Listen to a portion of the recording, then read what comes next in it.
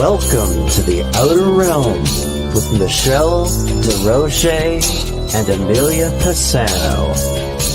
Airing live on the United Public Radio Network, 105.3 FM in New Orleans.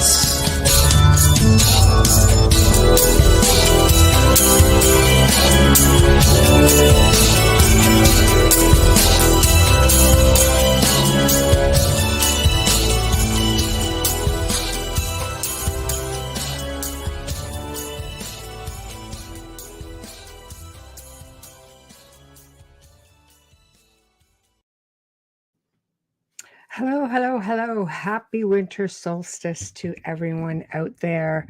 Welcome to the Outer Realm. We are basically recording at the moment with Mark Olly. So we're just waiting for him to come on board. But we are definitely broadcasting, and we'll be broadcasting live this evening on the United Public Radio Network, UFO Paranormal Radio Network, 105.3 FM and 107.7 FM from the beautiful city of New Orleans. We are fully sponsored by the amazing people over at Folgers Coffee, who have been a part of our journey since the very beginning. So thank you, Folgers. We appreciate you so very much. We just could not do it without you.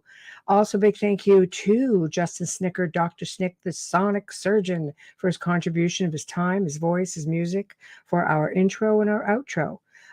Justin is an award-winning composer of Halloween, horror, sci-fi, and dark wave electronic music, and it can be found anywhere that good music can be found, primarily Bandcamp, Spotify, iTunes, Amazon, you name it, it's there.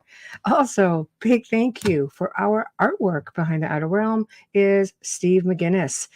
He's got a lot of great commission pieces. He has a lot of pieces ready to go, concentrates a lot with different horror genres. Just amazing, amazing artwork.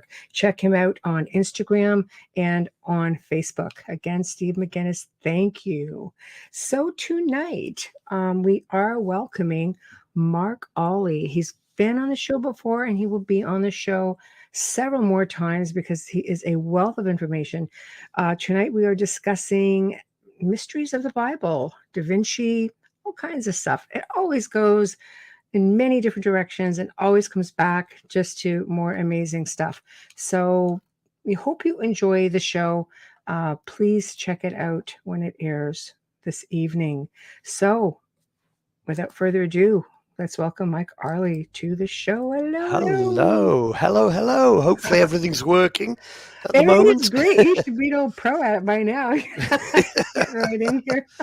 Well, actually, for my 60th birthday, I got a new set of headphones, and it's got one of these kind of strange sci-fi mics on it. So it does. Hopefully, it looks like all hopefully things are working better. Oh, it does. It sounds great. It's got great sound. So it's just like perfect. So I have to say, I've been really looking forward to this. So I always look forward to when you come on the show because it's always so informative. And as you can see, I am solo. Amelia's a lot of family things coming up, surgeries, things like that. Anybody who follows her can follow her along, and she'll explain everything as they go along. But I know she's very, regretful that she couldn't be here. Yeah. But we're just sending a lot of love, light, and prayers her family's way, and she'll be back in the new year. Just for everybody there. Yes, so it's just you and me, kid. So yeah, just the two of us, just you and Santa Claus.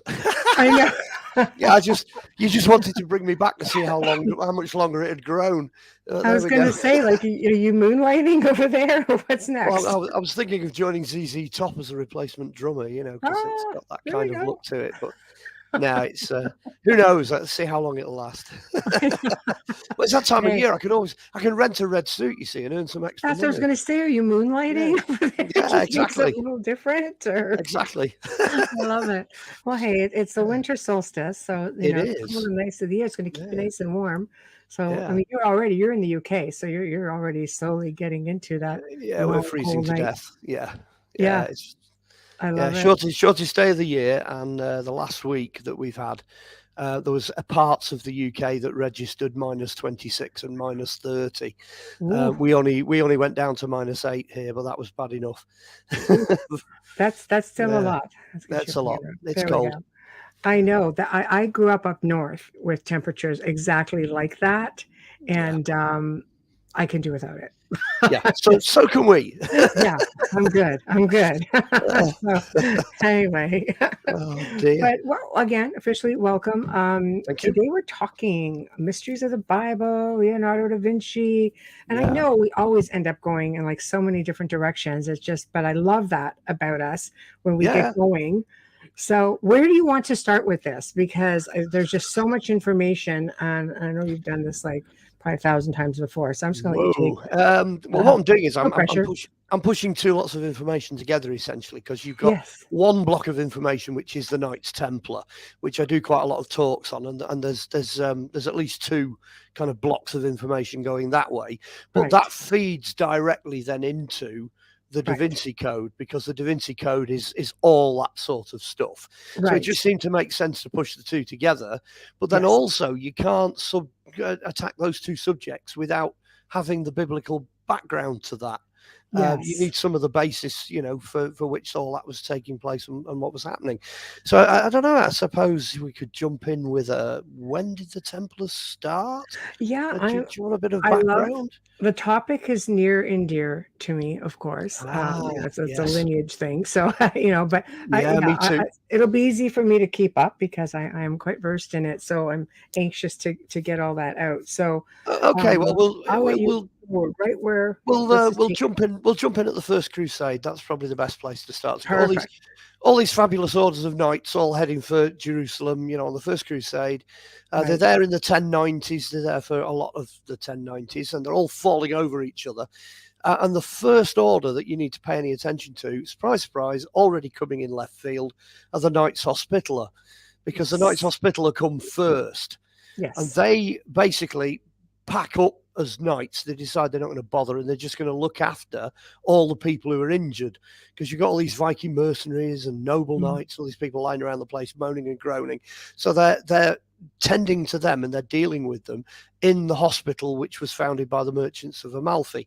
And that's where you get that sort of weird Knights Hospitaller 8-pointed white star from, because that's actually the trade symbol for the merchants of Amalfi. So that's what was stuck on the outside of the hospital in Jerusalem, like a sort of a big McDonald's yellow M. It's kind of huge white star. Wherever you saw that, big hospital sign. Yeah, exactly. You were moaning and groaning with an arrow sticking out your head. That's where you went. You headed for that. Right. So they're there for quite a while. And then there's a mention early on in the 1100s, so you've only gone a little bit of distance time-wise. Yeah. There's a mention of these, the Knights of Christ. They get mentioned in early Christian writings, and it could be as early as 1112 AD, that kind of period, when they start to mention these Knights of Christ, the poor Knights of Christ, poor Knights of the Temple of Solomon, Templars. That's the beginnings. So you've got 1112 is this reference, 1114, then they're really starting to get established. 1118, they are established. You've got all the records and everything then to say that they're up and running. And I think it's 1134 that the Pope sort of, declares a thumbs up. But the interesting twist in that is that by the time you get to sort of 1123, the Hospitallers have then started picking the swords back up and becoming military again. So the two orders are working side by side. I've got this amazing vision. You can imagine that Jerusalem's just full of all these different orders of knights. You've got Teutonics, you've got Knights of Lazarus, you've got Knights of the Holy Sepulchre. All these different orders. They're all meeting in the same pubs. Right. They're all worshipping in the same churches. You know what I mean? They're all sitting next to each other.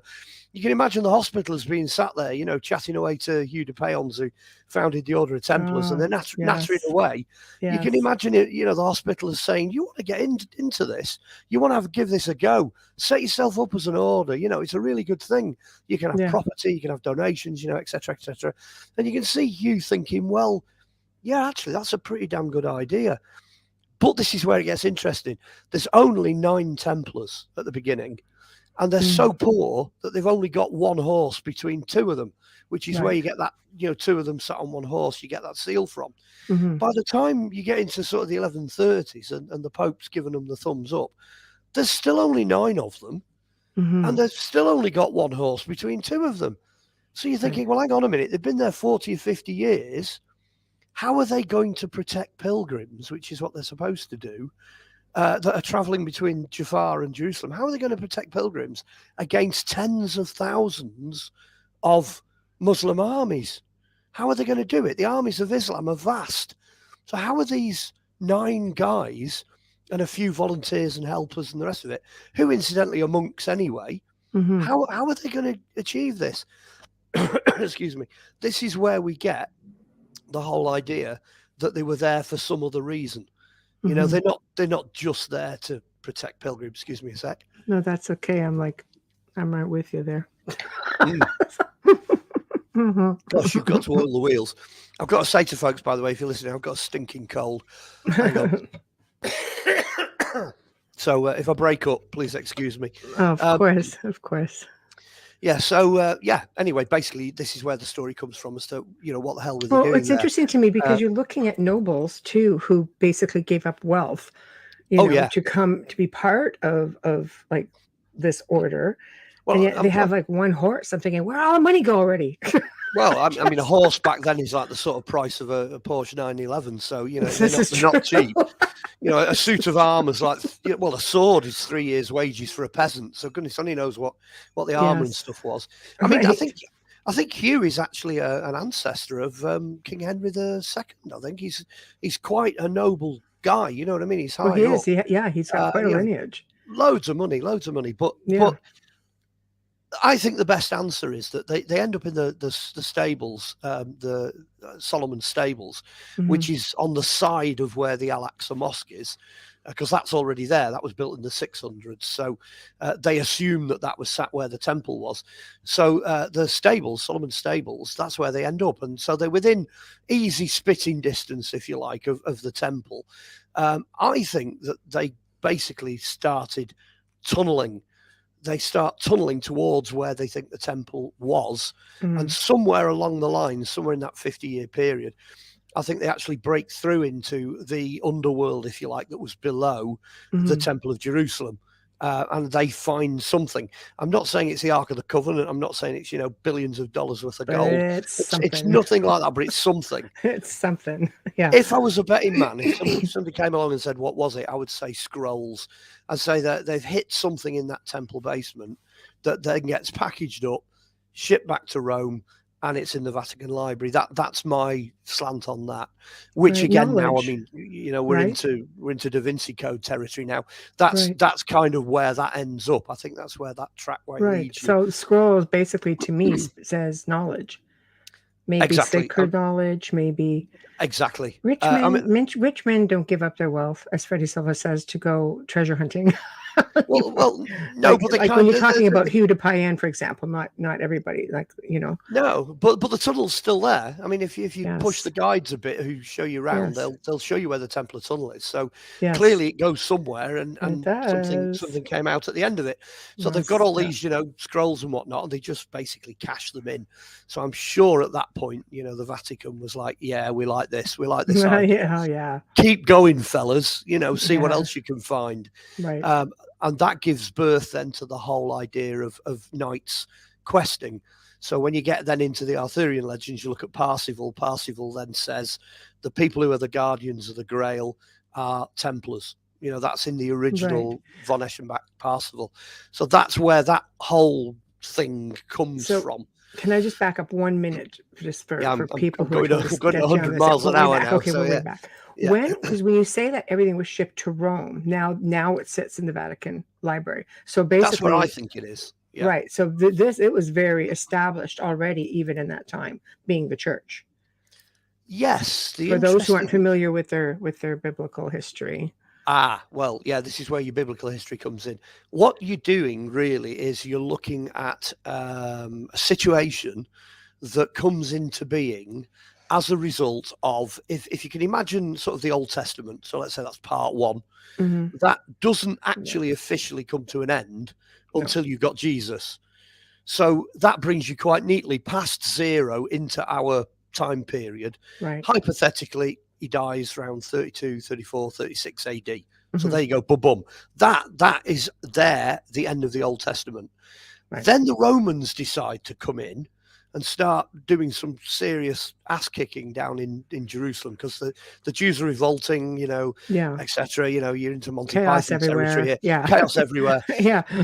And some Okay. idiot throws a burning torch on the roof of the temple, because Vespasian and Titus, his son, had given specific instructions not to damage the temple. And one of these flaming torches ends up on the roof of a wooden structure that's full of incense. So this thing goes up like a goodness knows what. So when you have a look at the Arch of Titus in Rome, when you go and have a look at it, all the stuff that you see the Romans carrying, I don't think they're sacking the temple. I think they're just getting the stuff out. Do you know what I mean? Saving what they can. And the only bit on there that we can recognise is the menorah. So they saved the lamp from the the Babylonians would have done more damage. Oh, they cleared it out 700 years before that. Yeah. The Ark of the Covenant's disappeared. Half the treasures are gone. Who knows what. Right. But then that starts, if you like, the new period, the next bit, because then you're into let's call it the New Testament period. Mm-hmm. So then from that point where the temple's destroyed, every man and his dog at that point wants a piece of Jerusalem. They're all after a piece of it. Everybody's in there, the Jews, the Islamics, the Turks, everybody, the Christians, you name it, they're all in there, and they've all got their own churches and offices and pubs where they meet and whatever. They're all in there together. And then you start getting all of what we now know as the biblical mysteries. So you get, where's Jesus buried? Where's the tomb? Where's the site of the cross? What happened to all the tableware after the Last Supper? Where did the Grail go? All that starts coming out. So the Church of the Holy Sepulchre becomes uber important at that point. That really becomes the focus of sacred Jerusalem at that point. Right. And of course, the Islamics then eventually drift towards where the temple used to stand, because that mosque is sat on the rock from which it's said that Muhammad ascended for his night journey into heaven. Yeah. So that's why the mosque is there. But the interesting thing is, even then, even in the 7th century, when they built that, they knew that particular spot wasn't where the temple was. Exactly. The temple was on the bit next door. Right. So they already knew that they weren't going on top of it; they were going next to it. Yes. So join all those kind of dots up, and you're firmly in the Da Vinci Code territory. Yes, absolutely. Yes. But it makes entire sense then. It opens this kind of worms that then explains what the Templars were all about. Mm-hmm. Important to know as well, just to sort of end the story, when the Templars got out there, you've not got to think of these guys as 6'6" thugs. They're not like that, because the Normans, just to function, they had to be able to speak Church Latin, otherwise they couldn't do any conveyancing. They spoke their own language, which was Norman, which was a form of Viking-influenced Northern French. When they got over here, they had to understand Anglo-Saxon. So they're already bilingual before they even get on the ship to go across to the Middle East. When they get to the Middle East, of course, they speak Latin as well.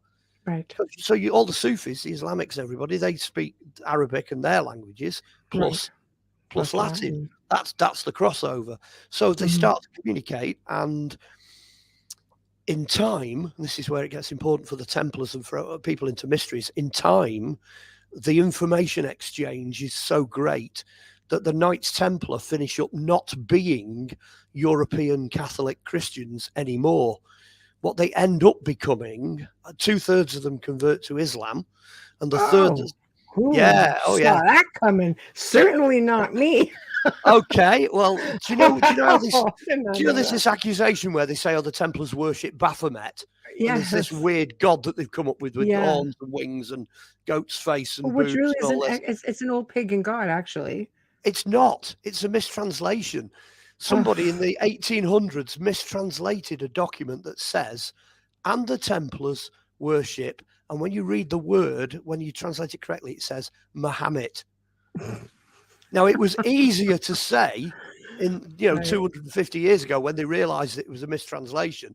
It was easier to say it was some kind of satanic god than it was to admit that actually they'd converted to Islam. And it's known now, archaeologically, historically, it's known now, a lot of them converted to Islam and brought the Islamic faith with them.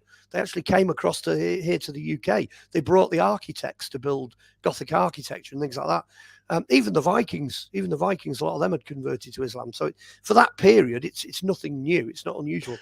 But the other third, this is where it gets even weirder. The other third, because they'd had access to things like the Lost Scrolls, the Dead Sea Scrolls, missing bits of biblical stuff, all the this. Gnosticism, Exactly. They end up becoming Cathars.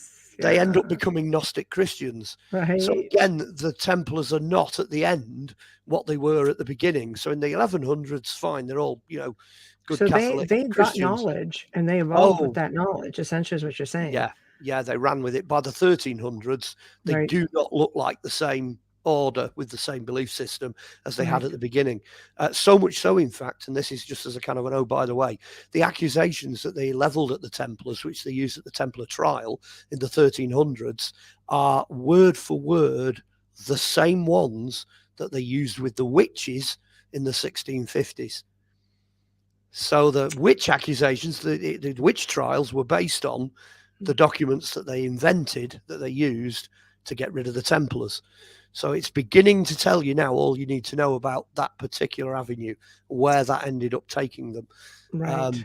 So basically, if you bumped into a Templar, you were talking to somebody who was a 1st, 2nd, 3rd, 4th century Christian, pre-Constantine, pre the foundations of Rome. Yes. So that really, boy, does that upturn the apple cart. Like you say, you didn't really see that one coming. Sorry about that. So I have to say, it blindsided me a little bit. There'll be a few more of those coming as well. I love it. Here's a lovely bit of trivia for you. Okay, we had a king over here called Offa, and he was a Viking, King Offa of Mercia, and he was on the throne in the 800s, about 820, 822. And he was trading all over the world, and he wanted to look big and impressive. So he minted a coin, a British coin. And on the back of it, in Arabic, it says, "There is no God but Allah." Wow. And we've got them. It's an archaeological fact. They exist. We have them over here. So there you have a British Viking monarch who has just made an enormous nod to Islam. But it's not the same Islam that we're used to, because you've got to remember Muhammad's only there in the early 600s. Right. So by the time you get to Offa, which is the 800s, they've still not finished codifying the Quran. They're still grabbing notes from everywhere and talking to Muhammad's family and his mates, and what do you remember, and this, that, the other. So you've kind of got that New Testament process happening all over again, but for Islam. Wow. But again, it's not really a problem, because I'm having a what moment? Well, Muhammad was trained by Jesuits. He was brought up by Jesuits. Yes. That's where he got his original. So the Catholics thought the idea that it might be a good idea to come up with a faith that would fit in really well with the East and the Middle East. Right. So they trained up Muhammad and his family in the ways of Catholicism, but it went off on his own. He went off and did his own thing. So then you end up with Islam. Which again, it's biblically, it's not a problem if you read your Bible, because go all the way back to Abraham. Abraham had many sons had Father Abraham. You're going all the way back to the Old Testament. Well, he also had a son by Hagar, his handmaiden. And there's this question in the Bible. Somebody actually asks him and says, "Oh yeah, it's fine with Israel and all that, and the lineage that goes off and leads into the 12 tribes. But what about Hagar and a son?" And God Himself says, "I have plans for this lad. Do not question my plans. I have plans for this lad. He will grow into a great nation." Right. So if you take that literally, there shouldn't really be the kind of bust up between the sort of Jewish Christian side and the Islamic side. The huge bust up shouldn't be there. And if you speak to anybody high up in either of those paths, even the Catholics, if you speak to someone high up in the Catholics, it was all blended. They all know this, they read scripture, they read the writings, they read the Bible, and they will understand that it's part of an overall plan. It's God acting his plan out. Right. So we what have happened to us? I know we have these strange, so divided. It's crazy. These strange political visions of people running around blowing each melee other up, of what the heck. That's So already there we've dropped the bomb, literally. Right. Big time. Yeah, big time. Yeah, this is no excuse for the way we're behaving, basically. Go on. Anyway, it's Christmas. Peace and goodwill to all men. Let's stick with that. Yeah, it will do that. Okay, so let's go back then to, the Templars find all this stuff, things Yeah. go to Rome. Yeah. Now we're rolling into Da Vinci. Let's pick back up at Da Vinci.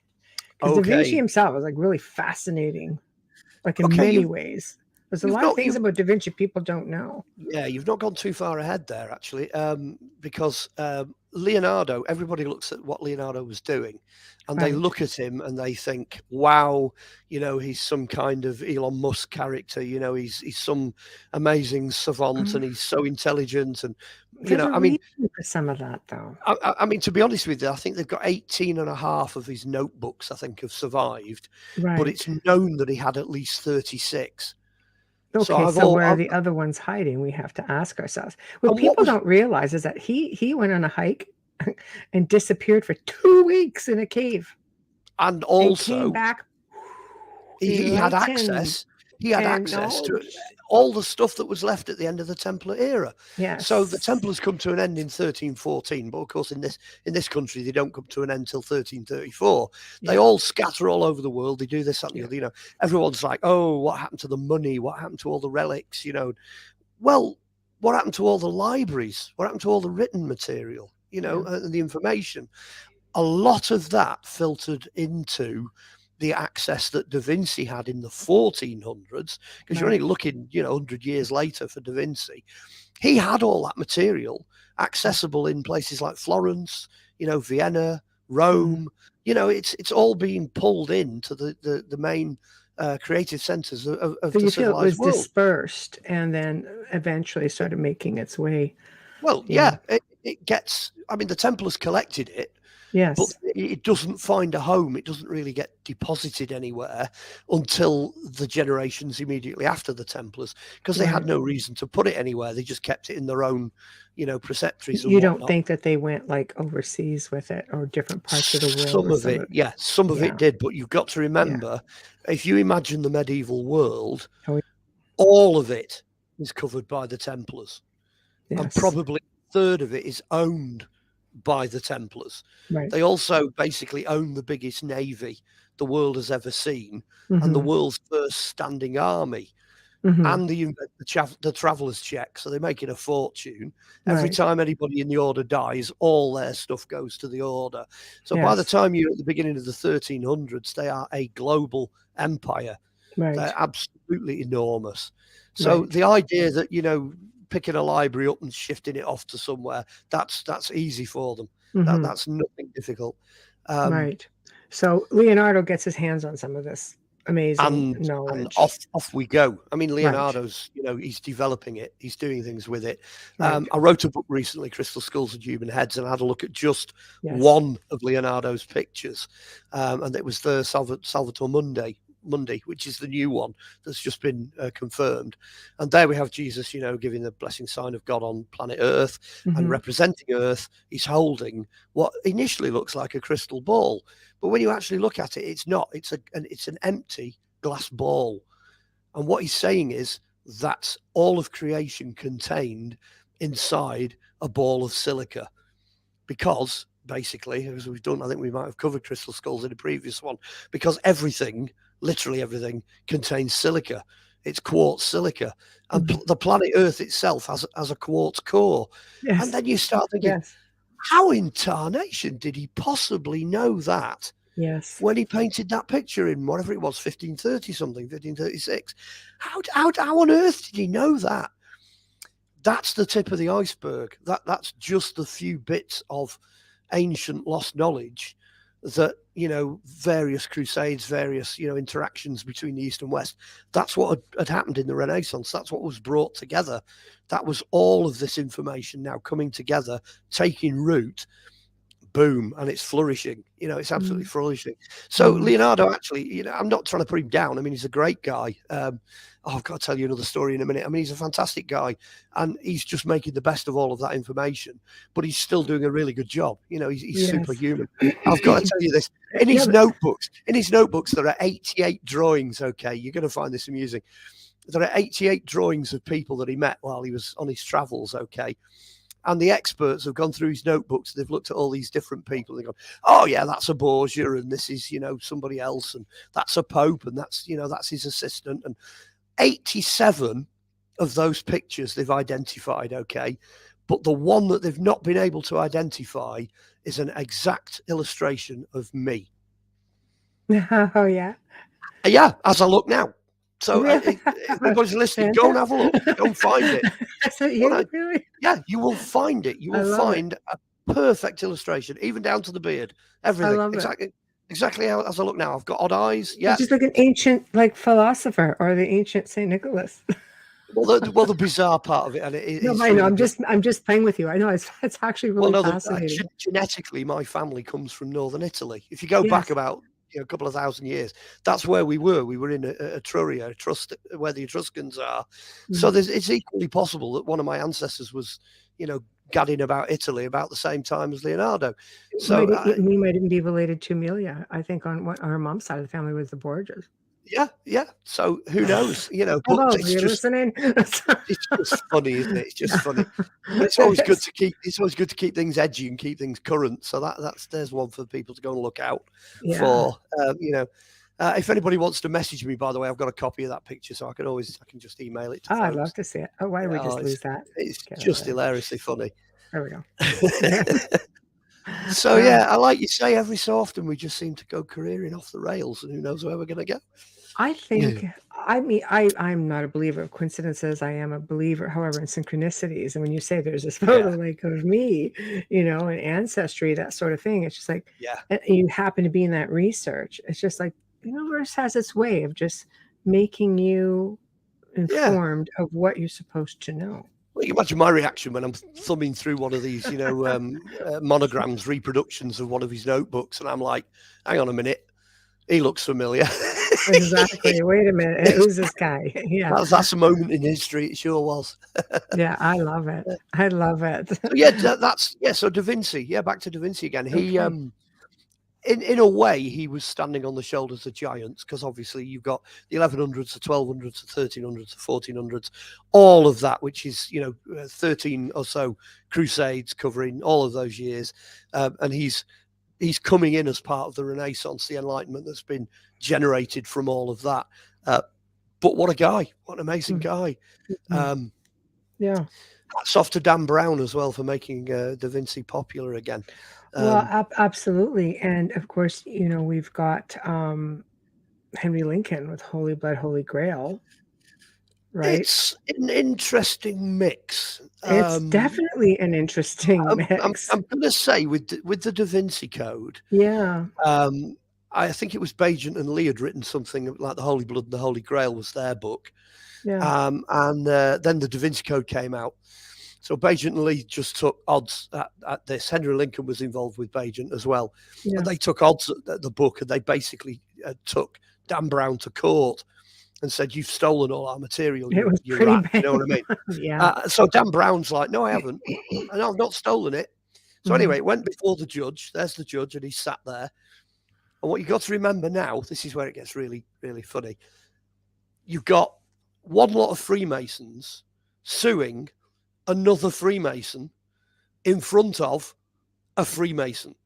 So all three of them know what's going on. They all know what's going on. Right. And what the judge says is, he says, you can't sue each other because both books are fiction. But by this point, Holy Blood and the Holy Grail's number 2 in the bestseller list. Yeah. And the Da Vinci Code's number 1 in the bestseller list. So that tells you all you need to know. Tells you everything you need to know. But bear in mind that there is a legal judgment that both of those books are fiction. So Henry Lincoln included a lot of the material he came up with. Things like, what's that group now? It's gone out of my head. Priory of Zion. Priory of Zion. They actually only go back to 1962, 63, when the papers Freddie were Silva lodged. claims to have found a document going back to the 1600s, I think he says. Yeah, I'm just going by, Well, the words priory, and the word Zion, both of those words are ancient words, have been used. But the actual guy, Pierre Plantard, that put the dossiers together and lodged them in France, he only lodged them in, I think it was 1963 or whatever. There's nothing historical prior to the dossiers, nothing. So, it's... you're into the an realms of interesting loop. it's Masonic Templar myth. So again, it's you've got to have a look at the puppet masters for the outcome of most of that. That's a whole show just in itself. That Hold I that would thought. love Yeah, hold that to thought. do. See if we don't get ourselves popped off of YouTube. Oh yeah, I Wait till forgot we about get that. to Roku. We are getting to Roku. We'll be able to do some Yeah. stuff there. But yeah, that is interesting. So Da Vinci ends up with all of this information, does all of this amazing stuff with it. Let's face it, he's giving us tidbits of the books that they had. So it makes you wonder the books that did not surface from the Templars, where they ended up going or where they're sitting and what knowledge was in there. Because what kind of knowledge, in your opinion, would be enough to literally change an entire order to go into two different directions, 3/4 into one direction being Islam and the other, quarter going, I mean, Gnosticism, I can see because it's a little bit closer to Christianity, in the mindset, at least a little bit, even though they were far more advanced, in my opinion, with knowledge of the stars and acknowledgement, things like that, but, and I mean, and Islam goes back way, way back. What, in your opinion, would be enough to convert an entire order that had an original plan and an original thought to go to such a big evolution so quickly? Well, the simple answer is just all you've got to do is, if something's right and something's wrong, all you've got to do is prove that the thing that's right is right, and the thing that's wrong is wrong. And if you're following the thing that's wrong, and then somebody comes along and goes, oh, hang on a minute, I can prove that that's wrong, and then gives you enough evidence, especially if that evidence doesn't stop. If the evidence just keeps coming, you know what I mean? It's like one hammer blow after another hammer blow. Then it would only make sense then to say, okay, we're going to leave what's wrong and we're going to try and move on to what's right. That's the essential formula, if you like, of gnosis, because gnosis is Gospel of Thomas. It's know that which is before your face, and that which is hidden will become known to you. So that's the principle of Gnosticism. So if you can knock down the stuff that's false and then go for the stuff that's true, and I think that's what happened with the Templars. They got out into the Middle East, and this whole idea of, it's Christmas, isn't it? Away in a manger, snow, Bethlehem, little wooden shed, all these animals and three wise men and all the rest of it. It's complete nonsense. It was a cave. It was about 60 to 80 degrees. Nobody knows how many wise men there were. You're talking about Bethlehem. Well, if you walk into Bethlehem, it doesn't look like that. The reality hits you like a frying pan in the face, clang.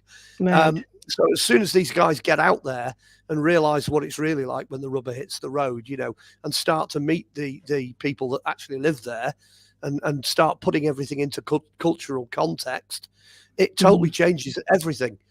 The idea of walking into a Catholic church in Rome and seeing all that wealth and that power and all these imaginary, because that's what they are, imaginary scenes from the Bible, and then, walking down to the front and there's Jesus nailed to a cross, and Jesus is the wrong shape, he's the wrong color, he's the wrong person, and the cross is the wrong shape. Right. Well, it's not that shape anyway. It's two up. Sorry, I won't do it that way. It's two uprights. Imagine two uprights, and then they bring the beam, the stauros, across and drop it on top like that. And what you're looking at, see what you mean? What you're looking at there? Those two uprights and a cross beam. That's the Hebrew letter Ket or Chi. It's life. It's the 8th letter of the Hebrew alphabet. That's what he was crucified on. Chi, Ket, life, resurrection. The door of the temple is open. It's a door. It's a door. That's why Jesus said, I am the door. I am the way. I am the way, the truth, and the life, etc. Well, they will have had that explained from the Gospel of John. The Gnostics that were already out there and the people that were already out there, the religious authorities, they'll have sat them down and just gone, why are you following some weird concept of a Roman torture implement? Because that's what a cross is. What's that all about? That's nonsense. This is the reality. And this is what happens, some nice illusion gets murdered by a brutal gang of facts, and that's basically what happened.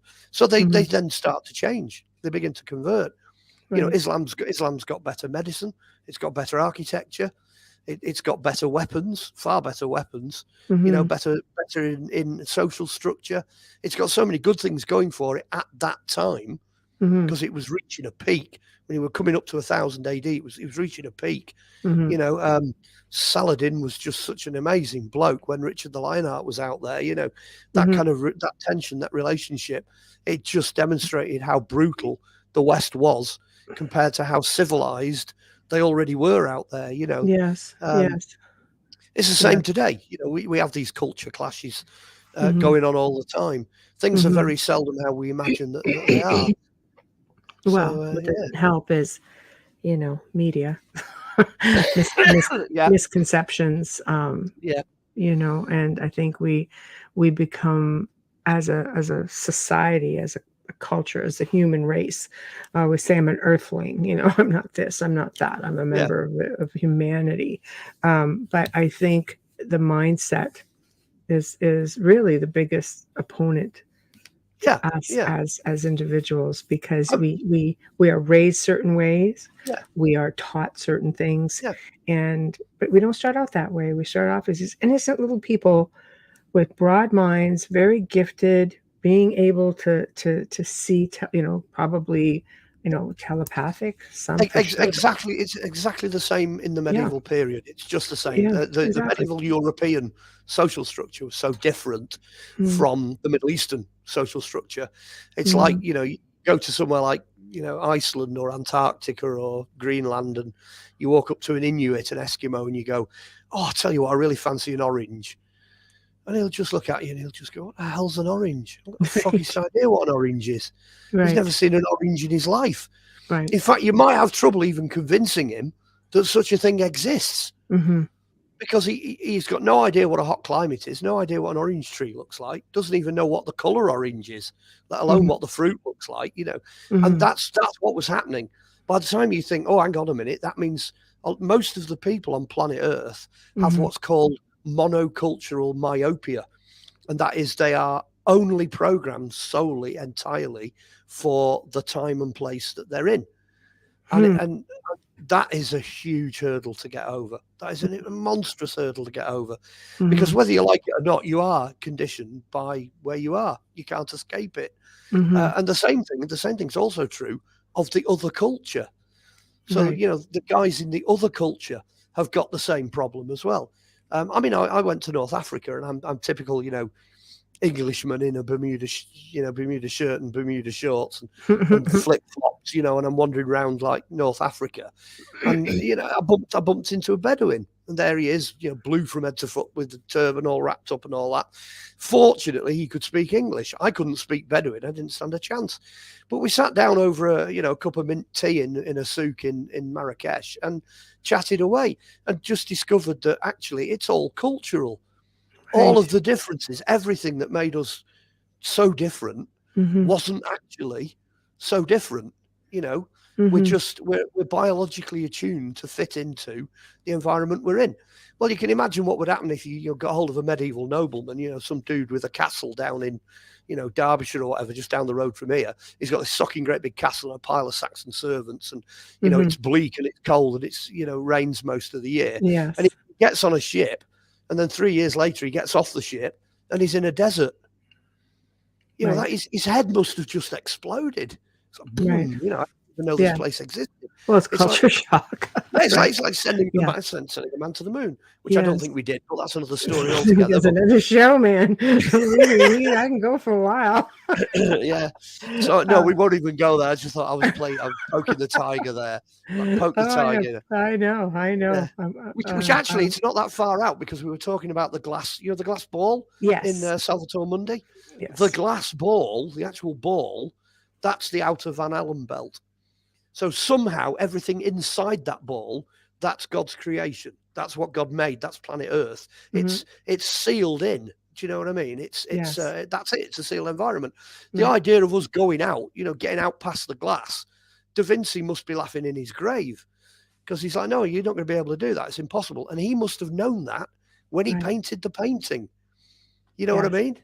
So, it's not that far out after all. So I'll let the penny drop on that one and see. I bet your phone lines are going to be buzzing like crazy. Like what? Yeah, I know. You can't say that. You can't like, possibly claim that.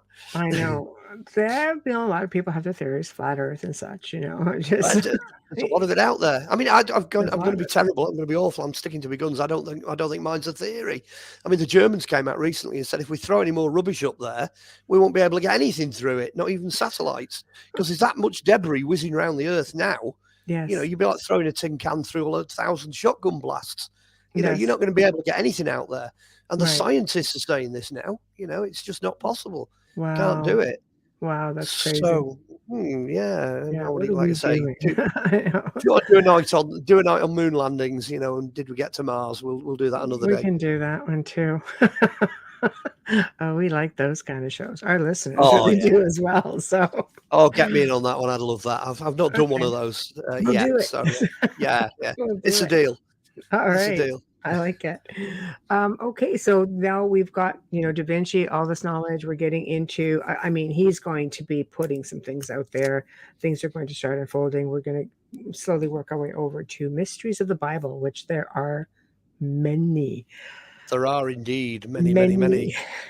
Where do you want to start? Go on. I started the last one. You can start. You know what? It's your gig, man. I'm just here, leading the way. That's all. Well, put it this way, right? I've kicked the can around quite a bit, and I've already told you that the crucifixion, the whole image of that is wrong.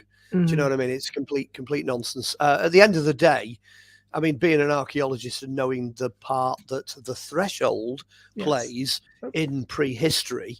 So like your temples, your triumphant arches, even Celtic roundhouses, they buried offerings under the door as you went in. You know what I mean? Right. When you start looking at something as significant as Solomon's temple at Jerusalem, then obviously the doorway that separates the holy place from the Holy of Holies, that is the number one biggest door on planet Earth. It's dimensional. You're going from our world to God's world. It's got the flipping Ark of the Covenant in there. So it's really significant. That door with a curtain hanging over it, that curtain was about, 30 odd inches thick. About what's that? It's quite a lot. It's about a couple of feet thick. Anyway, I can't remember where that. Between 2 and 3 feet. Let's put it that way. Well, anyway, by the time that's how thick it is. By the time it goes over the top of the pole, because obviously it's double thickness. Right. That curtain, when Christ died on the cross, tore from the top, which is the thickest bit, down to the bottom. It literally went all the way down and tore open. And the significance of that is, back to the correct shape of the cross, is that that door was then open. So if you can kind of, do a Raiders of the Lost Ark thing, and you can imagine God bursting out from the Holy of Holies, like exploding through the curtain. Wow. And that's where you got all these stories in the Bible about, 500 people were resurrected that day in Jerusalem and things like that. It's that power, it's that almighty power bursting out. But that has two very important consequences. When Jesus said, I am literally going to die, and get the door of heaven open so that people can get back in there, he literally did that. That's what he did. That's all, no matter how you look at it, physically, representationally, archaeologically, whatever.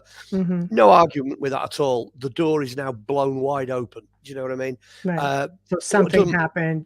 Doesn't matter what your religion is, whatever you believe, something blew that door Tory gateways all the way to the trillathons at Stonehenge. It's a doorway, and you can walk through it, and it's now open. That's easy. And the second thing means that God does not live in a box anymore. That's God going, bye. I'm not going to hang around here anymore. Gone.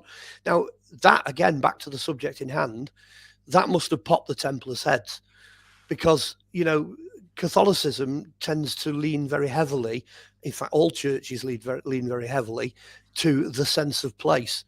You've got to be inside a building. You've got to be in that holy place. You've got to, the sacred space, the sacredness of buildings, et cetera, et cetera.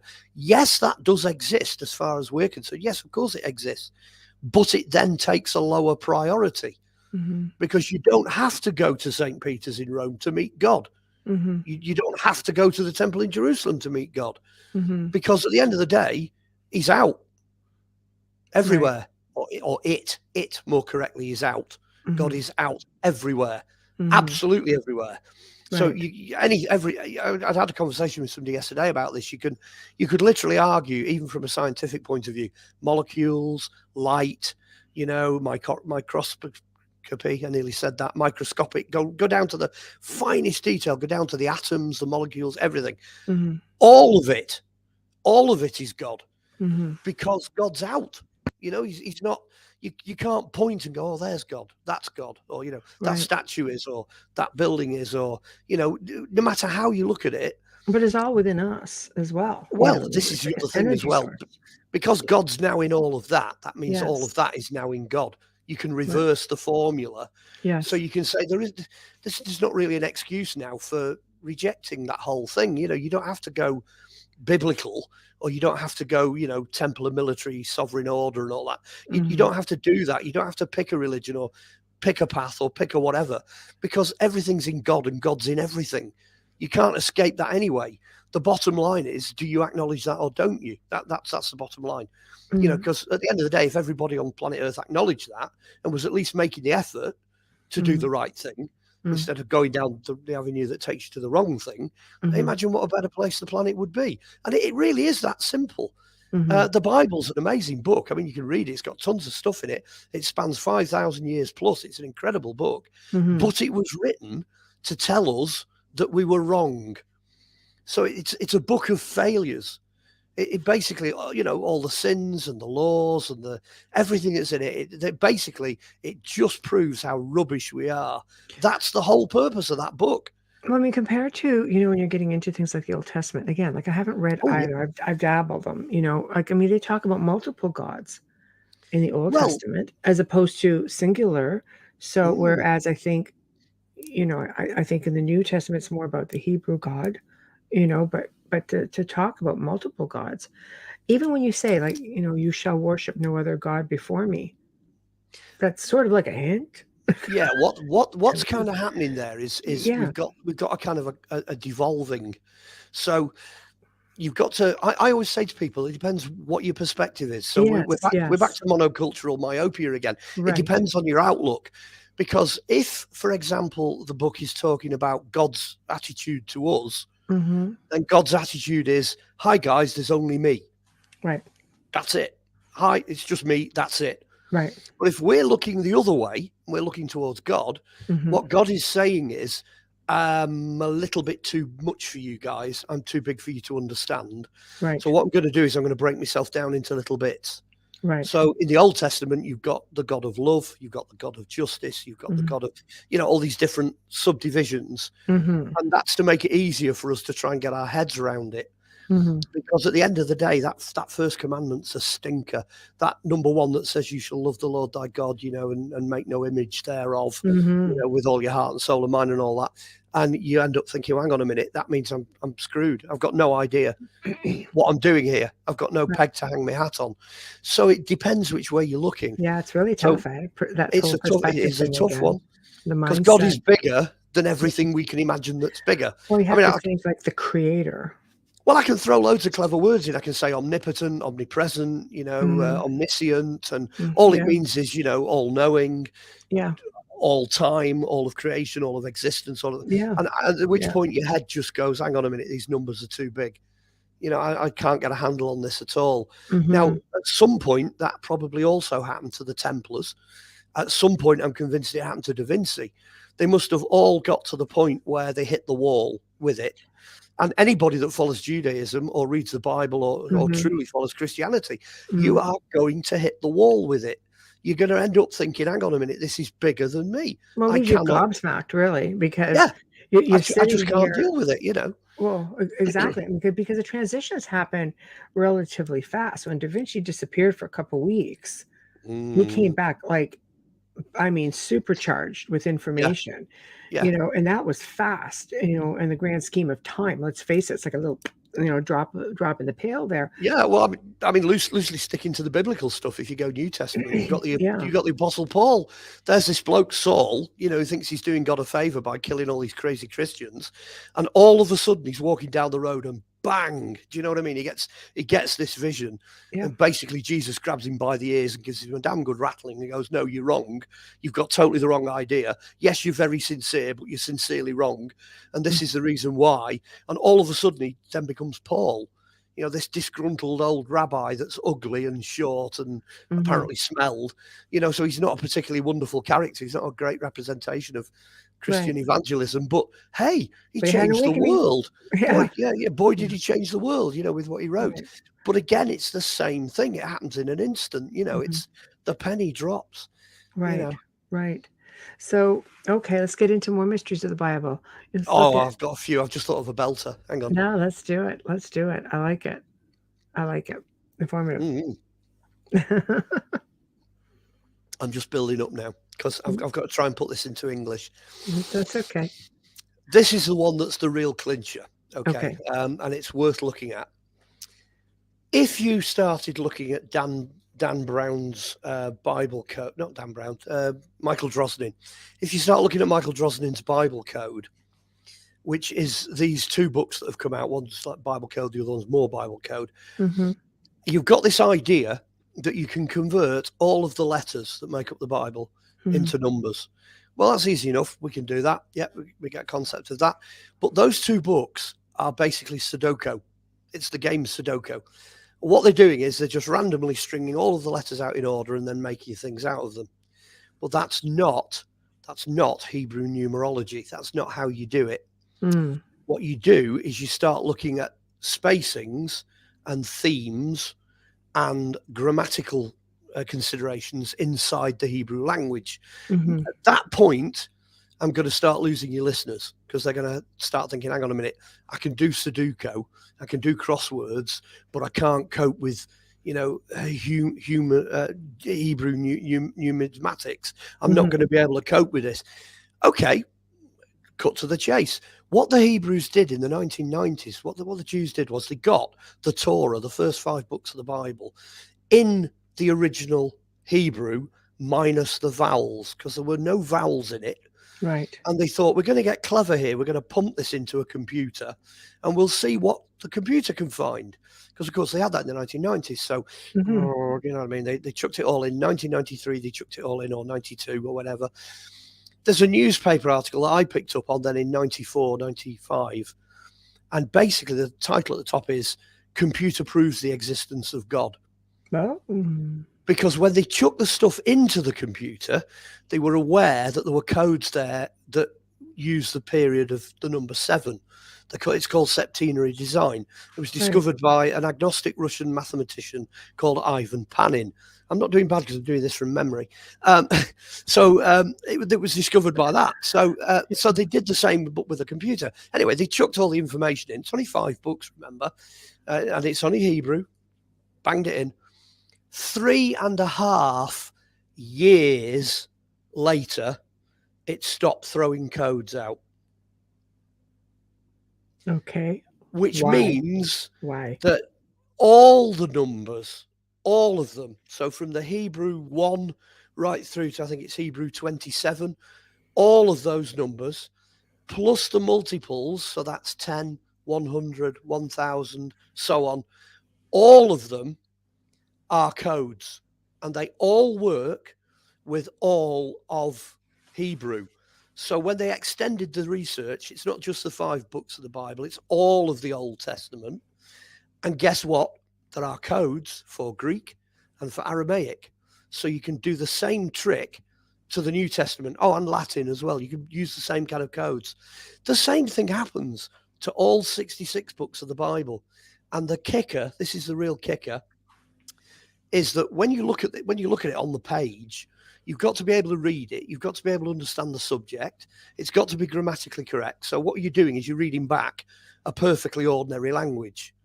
When you put the codes in, there is no other computer or human being alive on planet Earth today that can reproduce one single line of these codes.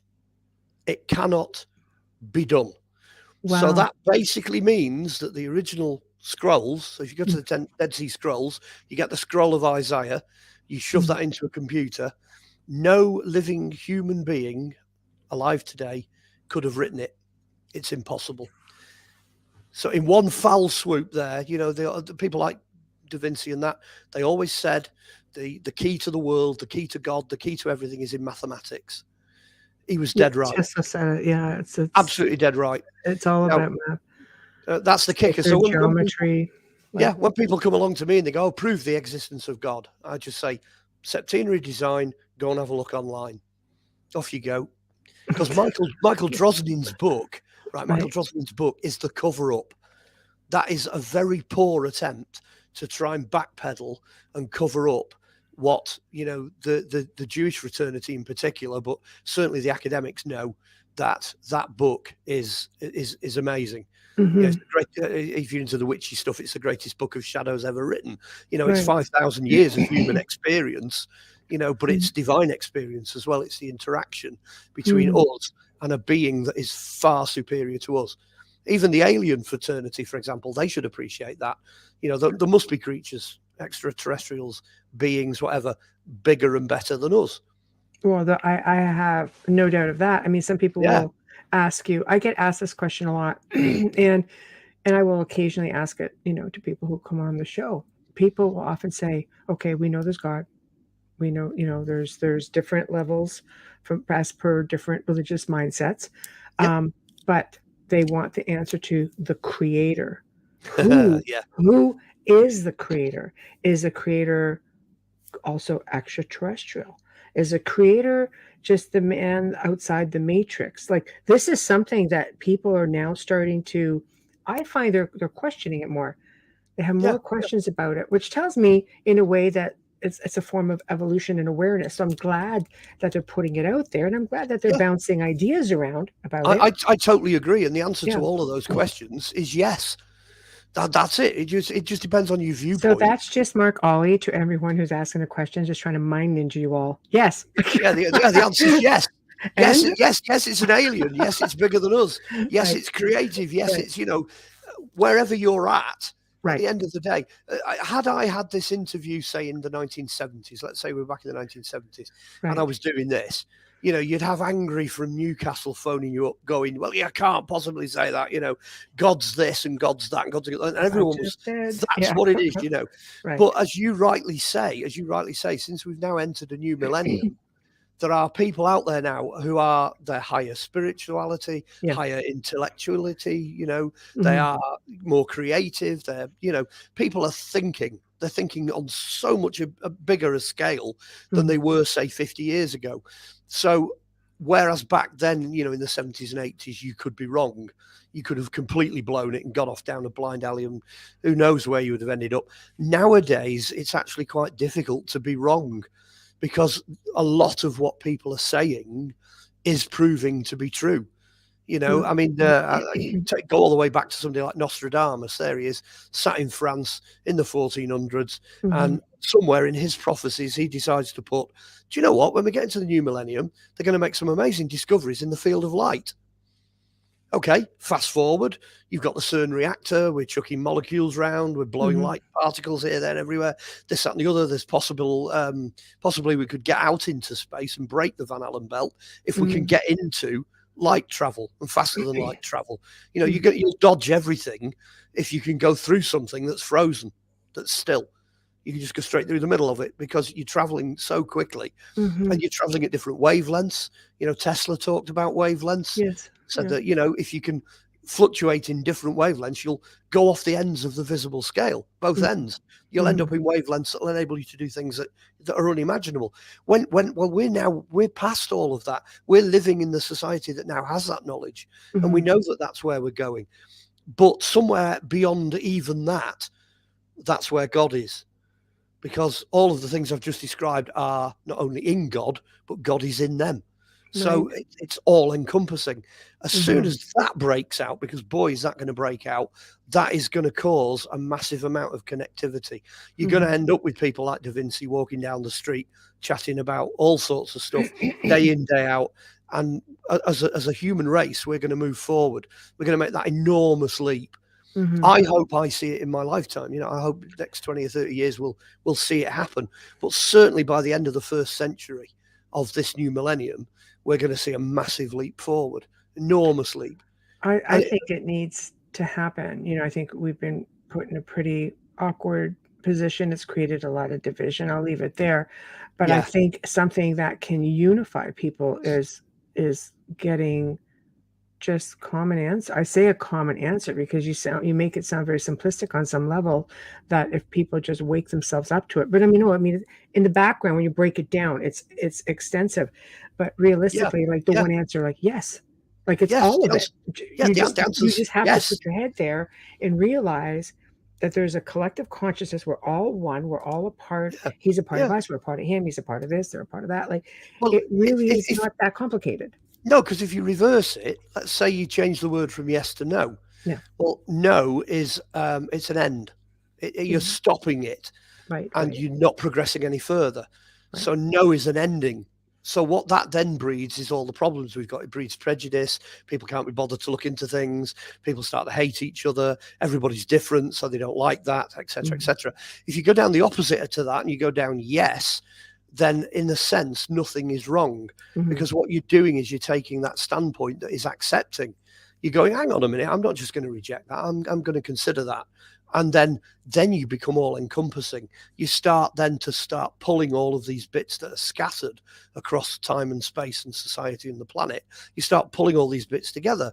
And that's what some of the big guys, you know, your Elon Musk's, etc., your Zuckerbergs, your Gates, all these people, you will not find them doing just one thing. That's the biggest key to it all. You know, Bill Gates doesn't get up in the morning and go, I tell you what I'm going to do. I'm going to sell bicycles. That's it. I'm not doing anything else. I spend my entire life just doing that. No, they don't do that. They get up in the morning and they go, right, what's new? What's next? What is the next thing I can say yes to? You know, what is going to bring in more knowledge, more information, etc., which in actual fact puts us in the same ballpark the Templars were. You know, the Templars were in that position 1,000 years ago because they had access to things that the rest of Europe didn't have access to. They were crossing boundaries. They were crossing borders. They were opening doors. They were knocking down barriers. Well, we've got the chance to do the same thing again. We're in the same position. You know, what's the difference between if I said 11:23?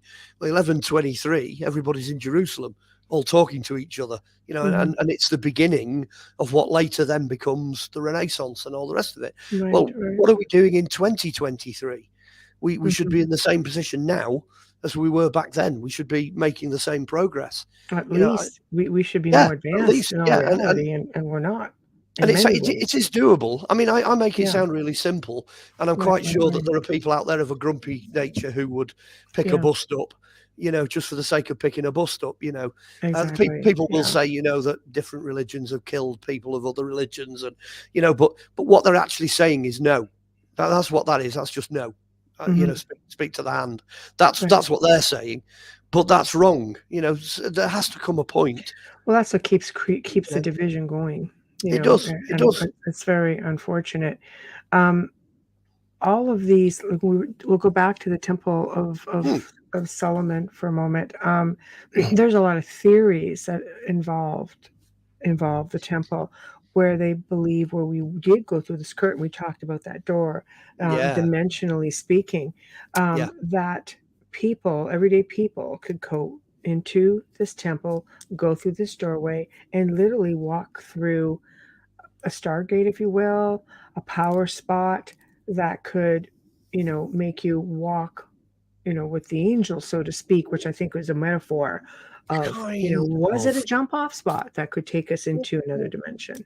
There is a set of rules that apply. Okay.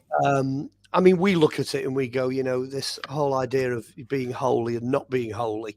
So, you know, the priests, certain members of the priesthood could go through into the Holy of Holies, and only at certain times. And, you know, that doesn't give us, as human beings, it doesn't give us a good impression, really. But all that God's doing is just saying, you know, you have to reach and make the effort from your side, and I'll reach and I'll make the effort from my side, and we'll kind of meet in the middle. And that's what the Holy of Holies was. It was a meeting place in the middle. It was a place that enabled God to exist in a form that we could communicate with, on a lower resonance, if you like, a lower level. Not everybody could get into the Holy of Holies or the holy place. Most people could only get into the outer courts of the temple. But so many people in the past have had so many experiences that God was not exclusive. God didn't only park himself between the cherubim in the Holy of Holies. That wasn't the only place where God was. That's just a focus, if you like. That's where you plug the telephone in to have a conversation. If people remember old phones, you had to plug them in. Well, that's just the point where you plug in, or where you plug in your computer or your internet or whatever. That was God's communication point. But there were certain rules. You couldn't just kind of barge in, anytime you wanted. And no, there were certain rules. But that still didn't exclude the fact that God was available elsewhere, and but is it God so much, or was it venturing into again, just a dimensional thing, another place? Well, yeah, I mean, at the end of the day, we're struggling with words. Yeah.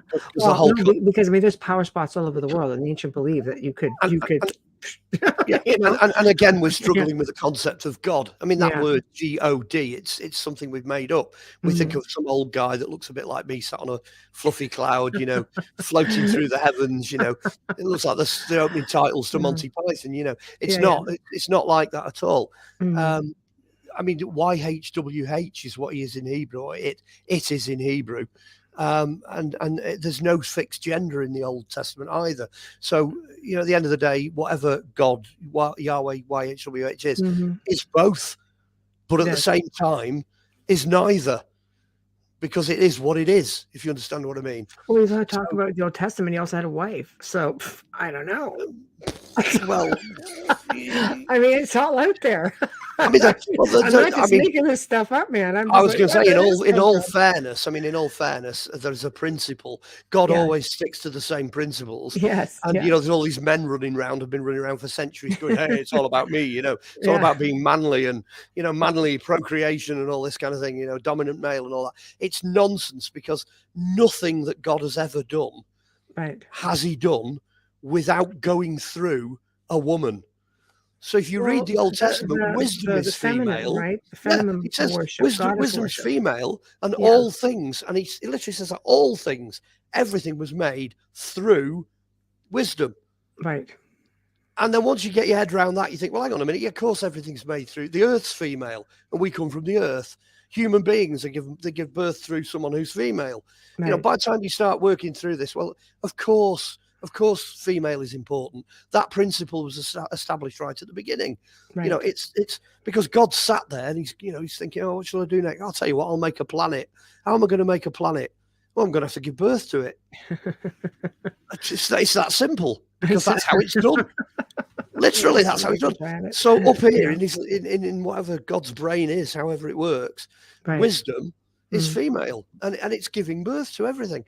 Right. And you'll find that's cross-cultural. I mean, that goes right across, everything from Babylonia right the way through to the Celts, you name it. They've all got that as a basic concept, right. Because it's true. That's physically true. That's how it works. You're not going to get very far if you've just got a room full of blokes. Which actually, this is really bizarre. Okay, you're going to love this, because the Virgin Mary's not the only one that's self-fertilized. If you actually dropped a load of women, if you had a room full of women and you dropped them on a planet, you could populate the planet, because sooner or later, nature, biology would cause one of those ladies to self-fertilize. And it happens. It does actually happen. It happens. Yeah. Apparently, I was told this by somebody who was a Vatican guy, a Jesuit, and he said we get 2 or 3 reports of a virgin birth every year. Really? Fascinating. Worldwide. Yeah. So, but still, that's still pretty. That's pretty incredible. So biology will find a way. In fact, a couple of completely random examples. I mean, cold-blooded creatures. It happens in one of the what do they call it? The dinosaur movies, the Jurassic Parks, where one of the dinosaurs that's alone on the island lays its own eggs. Well, that happens in real life. We've got a zoo near us here called Chester Zoo. There was a Komodo dragon.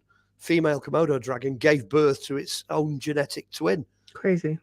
Just so female Komodo dragon gives birth to another Komodo dragon. It's never been exposed to another Komodo dragon in its life. But it just thought that it needed to reproduce, so it reproduced. Crazy. You know, so it's there. You know, the mechanism to make that possible is there in nature. So virgin birth, definitely. I'm gonna go a yes for that. No for landing on the moon, but yes to a virgin birth, you know. Yeah. Oh my word. Okay. All right. So let's get back into another biblical mystery. Which one do you want to talk about? What do I want to go to? Talk about Where do we go to? Well, I'm trying. I am actually, for once, I'm trying to stay on track. So I'm trying to keep it so it's either well, I'll leave you. I'll let you take it or Templars. Where would I take it from here? I'll tell you what I'll do. I'll go Holy Grail, because we haven't done this one yet. I like that one. The reason I'm going to go Holy Grail, I'm going to start now and I'm going to work backwards. So please excuse me for doing this. Of course. I spent 45 years trying to get a book out, as you know, about King Arthur, and I said I'm not going to do that tonight. That's not the subject for tonight. But my publisher is a star, because he said, "Oh, we'll release it next year. We'll do it in February."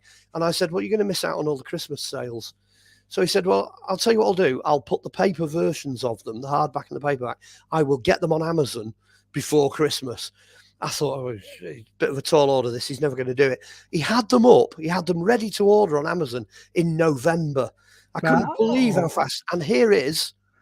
We can see it. There it is. That's the hardback copy. There we go. It's a bit of a beast. It's 488 pages, but it's only over 20 quid if you want to order it, and postage is included.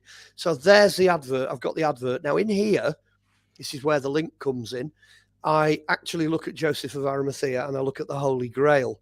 Now, the Holy Grail, as I said, that appears in Parsifal, which is one of the Arthurian romances. And it's important because the Templars apparently had it. Now then, I've got in here about 27 different variations of the Grail. So it's worth explaining what that is. Okay, so there's my segue. I've got the advert out of the way and we're into it. No, we'll be able to do it again at the end of the show as well. Okay, well, we'll do that. And we are going to be doing a show specifically on this to anybody who's listening.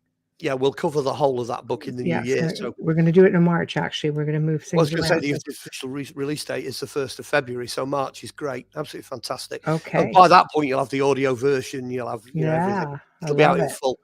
The Holy Grail. Right. The Holy Grail actually starts in, like I say, in Arthurian romance as this cup that appears at one of the feasts that Arthur's holding. It appears in Hebrew time, if you like, in the old Jewish calendar. It appears where it's supposed to appear at Passover. So in that story where they're actually, where the Grail comes in and they all think, oh, let's go and search for the real one. Well, the one they're using, it's Passover. Now, that links directly then back biblically back to the Last Supper, because the Last Supper, which Jesus kept, that's the Passover. If you want to go a bit further, you want to link that back, you can go all the way back to Abraham, back to Father Abraham again. When Jerusalem was known as Salem, the priest king of Salem came out and broke bread and wine with Abraham.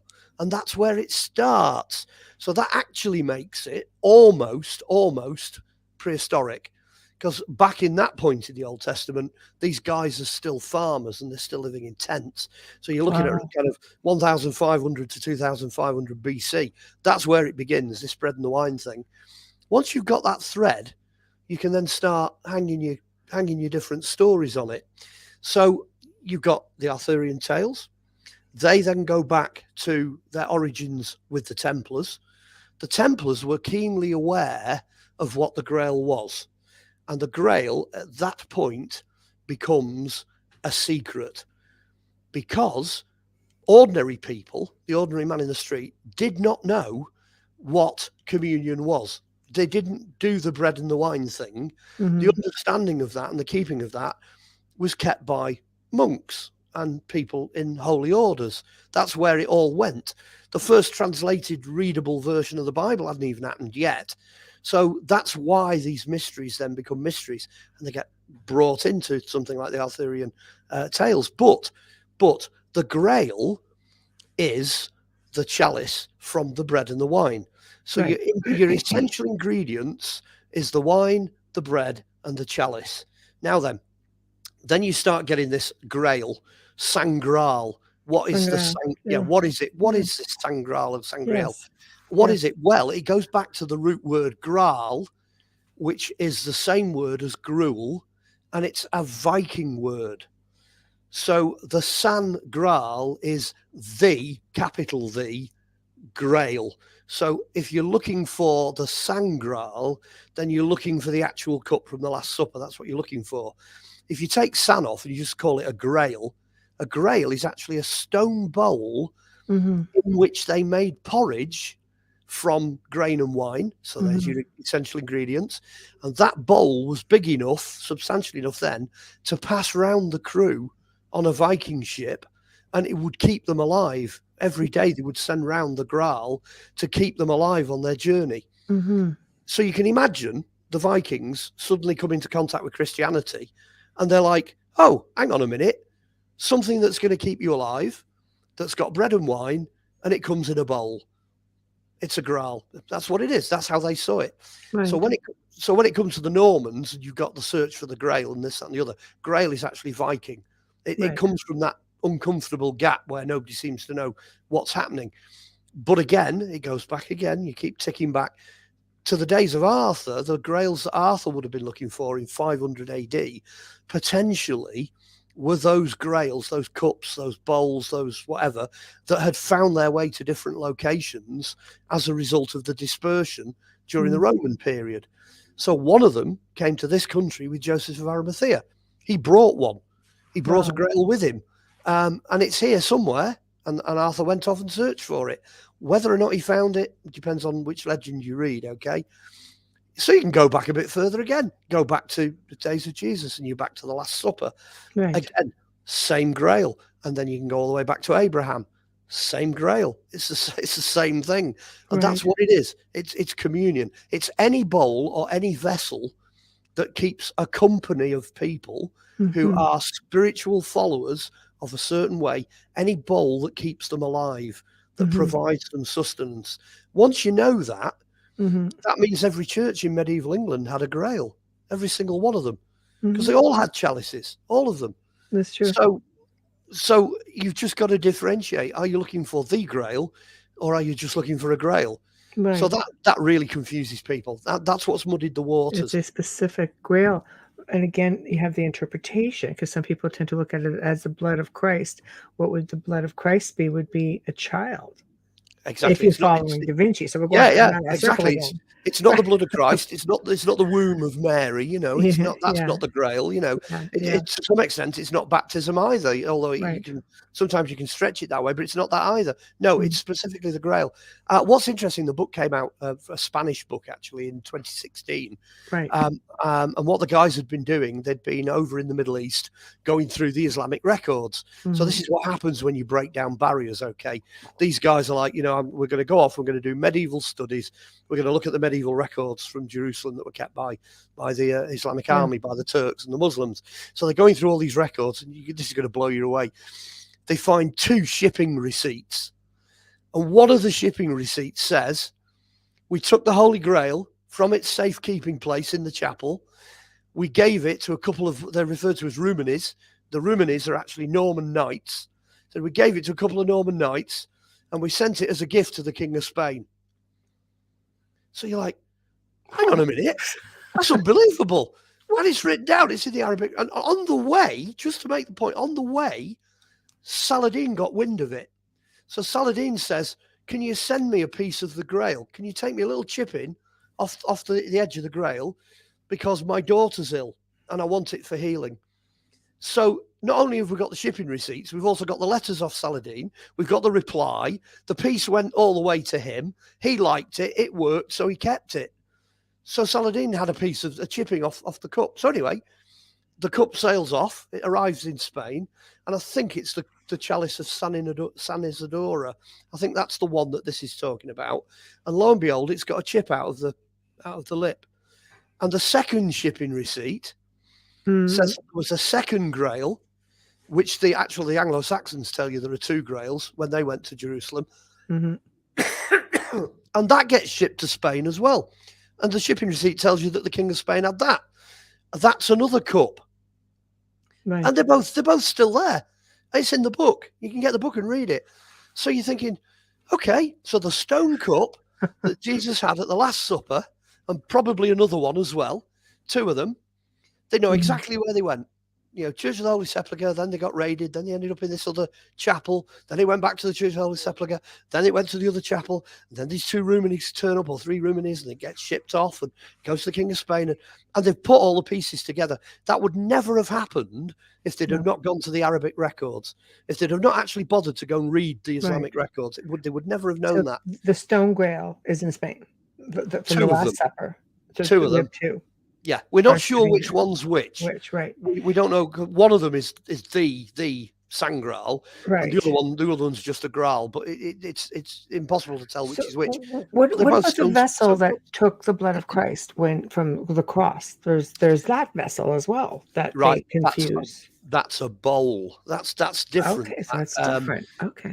They've confused it with there's a glass dish, a Roman glass dish, that always gets confused as being that. But it's not the glass dish, because the glass dish comes from the wrong century. This is one of the beauties of the book I've done as an archaeologist. I can look at something and go, hang on a minute, Jesus died in the middle of the 1st century. That wasn't made till the middle of the 5th century. Right. Therefore, it's not right, no brainer. So I do a lot of that in the book, and I sort out the wood from the trees. But the bowl is an interesting one because it's vanished, it's disappeared. And it was said, the last thing that was said of that bowl is that the Templars had it. So you start looking at some of these grail items, like the spear of Longinus that pierced the side, crown of thorns that was on his head, the robe, the robe. And then you've got various items from the Last Supper. You've got the bowl that caught the blood. Best one of the lot is Joseph of Arimathea's grail. Is said to be a couple of glass containers, one with the blood of Christ and one with the sweat of Christ. Now, it's possible that he did have those because he was the one responsible for putting Jesus in the tomb. Right. So he could have acquired the blood and sweat of Christ. It's said they're buried with him, and I think he's buried here in England, in North Wales. But the kicker is, you can imagine now if you found those, you open the tomb, there's Joseph of Arimathea, there's loads of bits of Latin and whatnot that tell you that it's him. Yeah, it's definitely him, and he's there, and he's clinging on to, these 2 glass containers. The big one, the big kicker, is the blood and the sweat of Christ contain the DNA of God. You can DNA test both of those. If you can get them. If you can find them, correct. So some of these grails are, they're not as wacky and way out there as people think. Right. But it hinges on that definition of a grail. If it's associated with the crucifixion or it's associated with the Last Supper, then you can use the word grail loosely. But then if it's certain items, like specifically a bowl that will feed a multitude, then that is a sangral, that is the grail. You're talking about something that's kind of, a bit more important, a bit more significant. But what I've just told you now, essentially, that's some of the information that the Templars found out. That's what they discovered when they were out there. All I'm doing now is sharing with you the information that there's going to be lots of Templar scholars running around going, oh, I wish you'd not said that. I know, it's like, shh. But it's in print now because the book's out. So, if you want to know this, go and buy the book. Trust me, because there's a lot more in there than you think. Right. And it's a different landscape. I'm going to take one quick break. I have to do our station and sponsor ID. Otherwise, I'm going to have a brew while you do it. On you go. I love it. So you are listening to the Outer Realm Radio with our very special guest, Mark Olly. It's been quite an interview. I say interview. It was kind of like, a hangout session, and we're talking about a lot of different things, as always, really laid back and informative. We are having to thank our sponsors, who are like amazing, and we wouldn't be here without them. So big thank you to Folgers Coffee, who have been with us from the very beginning of our journey. A lot of people don't know. Here's a little tidbit for you, Mark. Folgers actually stems from England. The Folgers family, and they made it over to the eastern United States, Massachusetts, I believe. They have a little mention in the book Moby Dick because they were indeed whalers. And there's this big history behind them. But I thought I would throw that in, little Folgers history. So thank you to Folgers. Also, big thank you to Justin Snicker, Dr. Snick, the sonic surgeon, for his sponsorship and contribution of his time, his voice, his music for our intro and outro. You can check out this award-winning composer's music on any platform, Bandcamp, Spotify, iTunes, Amazon, you name it, he's there. So big thank you to him as well. So now we are crunching down to probably about 20 minutes. So where do you want to go next? Whoa, where do we finish? How do we finish this one? It's all fascinating. Well, I was just thinking during the short break then that the interconnectedness of the subject material is something that the listener really needs to appreciate. That you can't just go, hang on a minute, that's Arthurian, so I'm just going to leave that to Arthur. Or you can't just come in and go, that's just Templars, so I'm only going to read books about Templars, which then opens up other things. Like if you're going to study the Templars, the least you can do is at least have a look at the Bible, because at the end of the day, that's what they were doing. So you can't get inside their heads, and again, a lot of the tales of Arthur, the religious side of those tales, people did not have ready access to a Bible. They hadn't got a clue what was going on. They only had what they were told, at weekends in church. So once you get hold of that idea, you've the opportunity to get into the background of these subjects now, Da Vinci Code, Templars, all that sort of thing, the Bible, the mysteries. You can dig now. You can dig really deep. The information's there. And again, like I say, don't say no. Say yes. Go and see what you can find. And also you've got to be. I suppose that you've got to be watchful and careful. There are bits you can trip over, like the Bible code, where if you take the commercial side of that on face value, then you would think, oh, it's Sudoku. You know what I mean? Go by the Bible code. Well, it's not that. You need to dig until you hit the gold. Get through the rock, hit the gold. Because there's a lot in that, there is a lot in that. I mean, Ivan Panin, the guy that did that discovered it, he was an agnostic. He didn't even believe in the existence of God. He just noticed that there were things, divisions of 7, because he could read Hebrew as well as being a mathematician. And he just stumbled on this pattern. And he's like, oh, hang on a minute, this is interesting. The rest, as they say, is history. Well, that history, a lot of that's available online. Just go and have a look online. It's there, So I would encourage people, if they're struggling with some of the topics, or we're coming in too far from left field, just go out there and dig into them a little bit more. Don't automatically write something off just because it sounds a bit bonkers.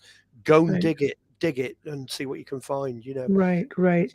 Do you think that there are more mysteries ready to be unfolded? Or do you think we've pretty much got them all? What do you think? I don't think we've really started, if the truth be known. That sounds so negative, but no. I think if you look at all the discoveries that we've made, let's just imagine post Second World War. So you're only looking at the last 80, 90 years. All the discoveries that we made have just blown our minds. You know what I mean? Everything, supersonic flight, all this kind of thing. We're theorizing about time travel. You could include space as a subject. Inner space, outer space, science, everything, and we've done that in a relatively short period of time. Now, the bit that's gone a bit wrong for the likes of perhaps you and me is that is science. What I've just talked about is science. The bit that's been thrown out with the bathwater is the religion and the spirituality. We need a revolution, something on the same scale as the science revolution. We need that to happen in the realm of spirituality. When the two get pushed together, your big wigs like Tesla and Einstein and Hawking and all of them, they are taking what used to be regarded as religious material, even if they're not religious themselves. They're taking that material and they're developing it. They're doing something with it. They're pushing it together with other things. And we need to do that. I think very strongly that's the way forward. If there was a punchline to those talks that I do on Templars and Bible Code and Da Vinci Code and all that, the punchline is basically that we need to develop more and look more. And I don't think we've even started. I don't think we've really, you know, and a lot of the stuff we'd find, we wouldn't be discovering things that are new. I think we'd be rediscovering things that we'd lost. Which happened when I did Crystal Skulls and Human Heads, for example. You know, the realization that there were superhuman beings that were just the same as us. They're just another species. All of a sudden, all the things we're struggling with, like, you know, how do you put a 300-ton stone block halfway up the platform at Baalbek? You know, that they'd have done that in the lunch hour, you know, because these guys were super intelligent. Once you start getting that, you begin to think, well, what else did we lose? You know, what else are we missing? What else did they know? Yeah, it's huge. And if they could do it with what they had back then chances are we can do it with what we've got now, because we live on the same planet. It runs by the same rules and the same regulations. Did you think we've been dumbed up so we just can't get our brain there? Right. Yeah. The key to it is what we're not seeing. Right. Which is basically what I'm getting at, and I'm saying we need to see, we need to move into that realm and not be prejudiced and not have you know, monocultural myopia. We just need to get in there and get rid of our preconceived ideas and just go, do you know what, the journey is more important. We need to get on the road and get this going, you know. I mean, just as again coming in left field, I mean, it's an interesting story. I started many years ago. I started watching the X-Files, and I think I got as far as something like season 2, and then they came on television. So I thought, you know what, I'll pick up and watch them again. So I started watching them again, and I got as far as season 2, and I'm like, oh no, I'm only watching the same episodes all over again. So I stopped.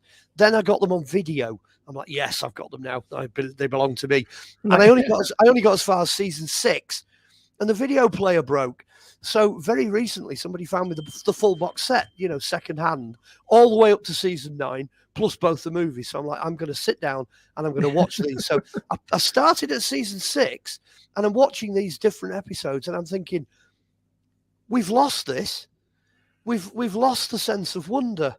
We've lost the sense of questioning. You know, Chris Carter in the X-Files, you know, he didn't care what it was. Spoon bending, Loch Ness Monster, UFOs, you know, the devil. Just put the lot on there.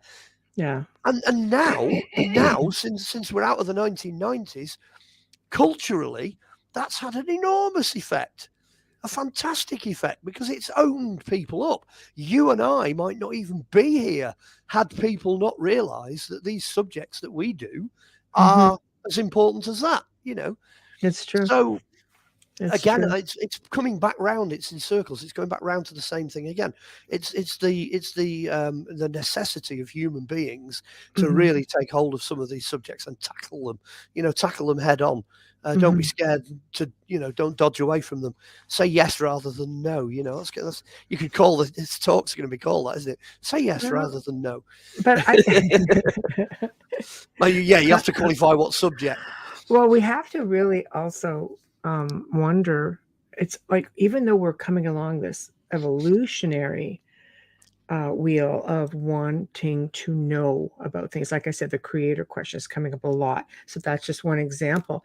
But there's also we're coming around backwards, back to a time where we have to be careful what you say. You have to be like the division thing. People think I'm crazy if I say this, or even though we're in an age of wonderment, like we really are coming out of our shells, and people are asking questions. The technology, internet is sort of, you know, raising awareness. It's helping people do it in private if they feel better. Yeah. But we are going backwards in a way also, I think. It goes back to, I mean, we started on biblical stuff, so here comes another biblical thing. Yeah, let's do it. It says you'll know the tree by its fruit. Yeah. And the wisdom in that is, well, if the PC brigade sort of dive on and it's, oh no, you can't say those, you know where that's going, because you know what fruit will result from it. These people are people who are entrenched in the word no. You know, they're well and truly in the no camp. No, you can't say, and I'm not even going to say what I can't say, otherwise I know. You know, we'll get edited off. It's a thing, yeah. You know, and again, what they're doing is they're introducing this enormous stumbling block Mm-hmm. that potentially could hold us back, could hold us down. Like a distraction, even. But this is the key to it, if you say yes, Mm-hmm. then it genuinely, and I mean this most honestly, it genuinely does not matter what you are. Mm-hmm. The argument's gone. Right. The label is not important. Mm-hmm. Wherever you go, race, color, creed, whatever. Mm-hmm. If you say yes, then you've effectively diffused that argument, that whole PC brigade, gone, absolutely gone. Mm-hmm. Because at the end of the day, I mean, it's a value judgment. So people in the past have made value judgments. Back in the medieval times, there are certain things you couldn't do, or you were burnt at the stake. There were certain sections of society you couldn't be a part of, or you were grabbed and burnt at the stake. Nobody expects the Spanish Inquisition. Right. Off you go, lightly toasted. But the same thing's happening now, but it's happening sort of online. It's happening in a computer sense. People are literally being burnt at the stake for their opinions based on somebody else's judgment. It's the same process again. It's creeping going back. backwards. Yeah. Yeah. So at the end of the day, instead of going no, go yes. Go. So somebody walks in through the front door and they've got everything you can imagine going on. They are, LGBTQ plus 27. They've got every color of the rainbow. They wake up in the morning and change the gender every minute. They've got no idea what's going on in life, but they don't care. It's whatever they are. They're full on 21st century. And you know what? At the end of the day, that doesn't matter. None of that matters. It's not important. Put that somewhere else. Love and light, people. Love and light. Well, it's beyond even that, because at the end of the day, you're dealing with a being. You're dealing with a spiritual, biological entity. Yes. That's what you're dealing with. And I'm one of those, and you're one of those, and they're one of those, and the birds that fly overhead are one of those, and everything, So don't say no, say yes. All of a sudden, the PC brigade, they don't have an argument anymore. It's gone. It's division. It's divisive. So the same guys who have made a very valid point, Black Lives Matter. Yes, very, very valid point. Tremendously valid point. But so do white lives, so do yellow lives, so do red lives, if aliens come down, so do green lives. Doesn't really matter, because you knock the front off that and you just go lives, lives, alive. We're very fixated on the physical. If we can't look past the fact that we are a spirit having a human experience. Yeah, nailed. I mean, they say this in all philosophies. They say it's the invisible that creates the visible. Yes. And that's it. That's how it is. That's how the world works. Totally. We're not all the same. I'm not looking for everyone to be the same here. If somebody walks in with that, LGBTQ plus 27 or plus 63 or whatever it is now, I will give them a big hug and I will just treat them the same as I do treat everybody else, every other human being. Because, who cares if you're a kipper that swims in the ocean, or, a crow that flies in the air, or the wolf that howls in the snow at night. It does not matter. The fact that you're here and that you're alive, having this experience, you're a part of it. Yeah, you're a part of it. In fact, I said this to somebody the other day, the very fact that you exist has permanently altered time forever. Just the simple fact that you're here has completely changed the entire of existence. It's not the same, because you're here and you've made a difference by being here. Just the mere fact that you exist. And also the mere fact that you exist justifies your existence. If you weren't supposed to be here, you wouldn't be here. It's that simple. And it's that kind of basis, it's that kind of foundation, everything we've been talking about in this second bit, that kind of foundation, that's, Da Vinci Code, that's Templars, that's Bible, that's Islam, that's, you name it, anything, you name it, whatever it is, whatever path you are, it's everything, it's witchcraft, wizardry, druidism, you name it, it's all of that. That's what underpins it. That's what is the foundation of it all. And that's where we need to open up and start to look at the bigger picture. Somebody else said many, many years ago that if you took every single human being that has ever lived and will ever live, and you were to merge them all together into one being, then only then would you start to get some idea of what God is. Because we're all lights. We're all parts. We're all fragments, Mm-hmm. and nobody has all of it. None of us have got all of it.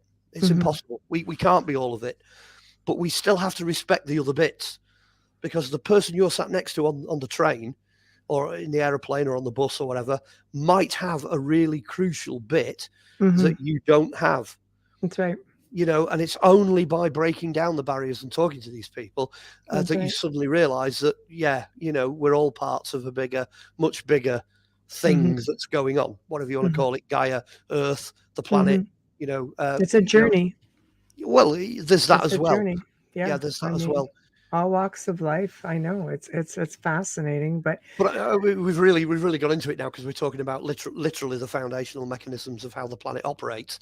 Yes. You know, you're down to, you know, the basis for, you know, Crowley's magic, you name it, whatever. I love that. You're right down now on foundations. You know, you're scraping at the foundations now.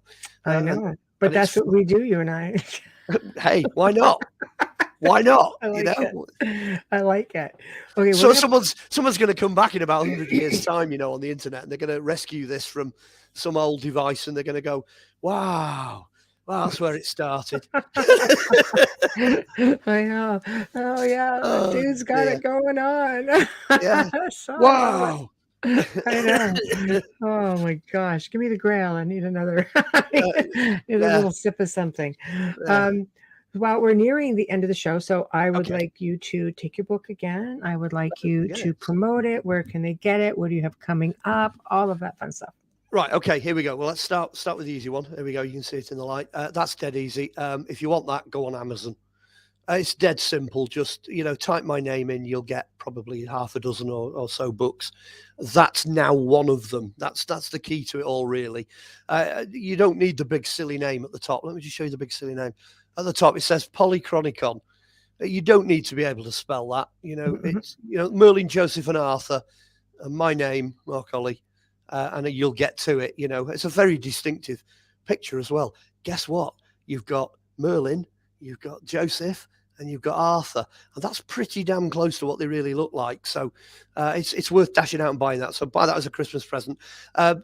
We make more money if you buy the paperbacks, but I'm going to be brutally honest and say this hardback is the best book I've ever seen. So if you're willing to wait a little bit longer, because I think these are coming from Poland, and they've got one or two problems out there with Russians running all over the place, you know, next door. So it might take a bit of time to get to you, but it's worth it. So have a crack at trying to get hold of the hardback if you can. That's fab. What's coming up? Go on.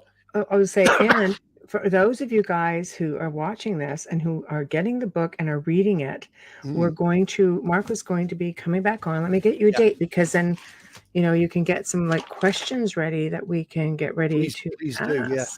I think it's actually, I thought it was it March? No, I think we are in April the 5th is when we're actually coming back on to talk about it. That means they've got longer to come up with questions. That's no excuse. No excuse. Exactly. In fact, you can dash out, buy the book. It's officially out everywhere on the 1st of Feb. Dash out and buy it, and then just come back with the questions. You know, there you go. There you go. I like it. Gives them time to get it in the mail and such and read it. So everything I do pretty much is on Amazon. So you'll have no trouble at all finding me on Amazon. I like that. Project wise, what's going on? Well, the last book before this one I did, Crystal Skulls and Human Heads, that's doing marvelously well. That's still everywhere. Right. I'm going to reveal exclusively that in the 1990s I did a documentary which came out ultimately at the end of the day in 2008 on a UFO crash in Britain. It's called Europe's Roswell, and it's 40 years since the crash in January. So the publishers asked me to try and produce a book on that if I can. So that's exclusive. I'm in the middle of it now. So that's you know, so not even finished yet. I'm still writing it. And the other one that's an exclusive, the last couple of months, some folks might know I've been working with my band because I'm a drummer. I've been working with the band on an album. We're trying to get sort of 14, 15 tracks out as an album. The release has been just temporarily held up by problems with the studio, but it looks like it's going to be coming out probably by the end of January next year.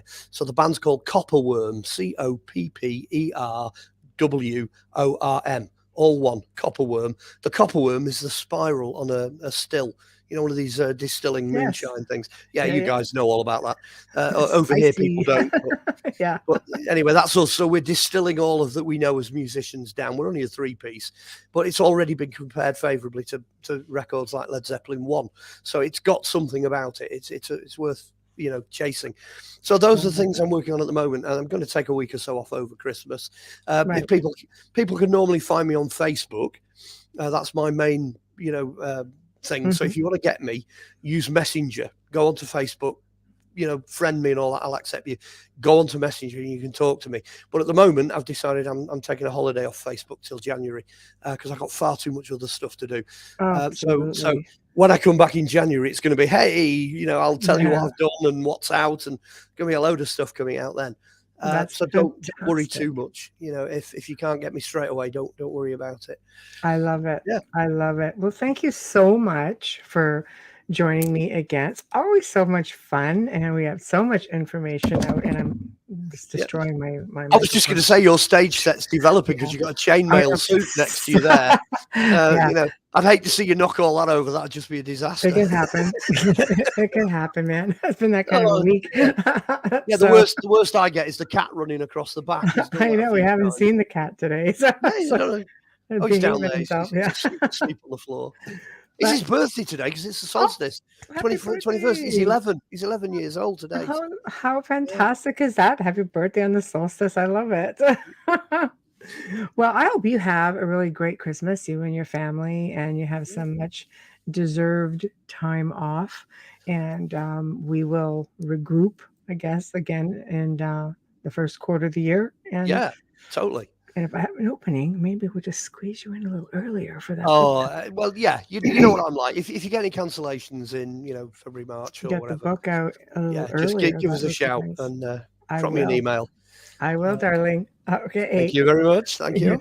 You're very welcome. Have yourself a terrific holiday. Yeah, same to you. Happy Christmas, Happy New Year, and the same to all the listeners. And, Thank you. I hope I've not upset too many people. But if I have, tough. Our listeners are champions. They're good. They're very open and broad-minded. So just remember, always say yes to the good things and no to the bad things. Okay. There we go. Be open-minded. There we go. Wise words of wisdom. Thank you, Mark. Have yourself a good holiday. Thank you. Thanks for having me. Bye-bye. You're welcome. Bye-bye. Well, that was fantastic as always. It's just full of information. You never know where it's going to go. So big thank you to Mark Olly. Always a pleasure. He's just so delightful. Big thank you to Folgers Coffee for sponsoring the show. Big thank you to Justin Snicker, aka Dr. Snick, for his sponsorship of the show.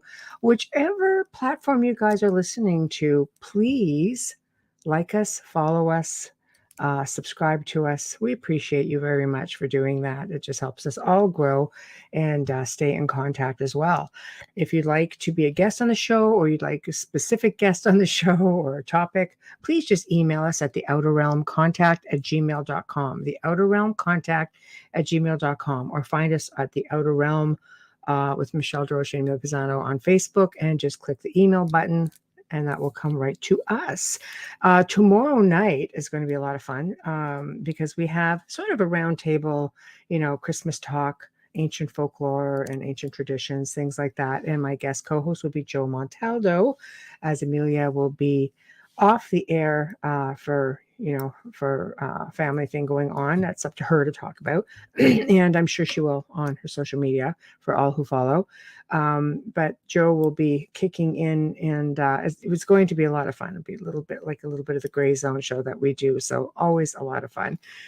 Tomorrow night, don't forget, before we come on from 6 to 8 p.m. Eastern, is a new show called Spirit Quest with, it's actually Spirit Quest, A Journey of Life with Paul Francis. So he's going to be on, and it's getting really great reviews. People are really enjoying it. So again, just go and check him out. So we'll see you all tomorrow night.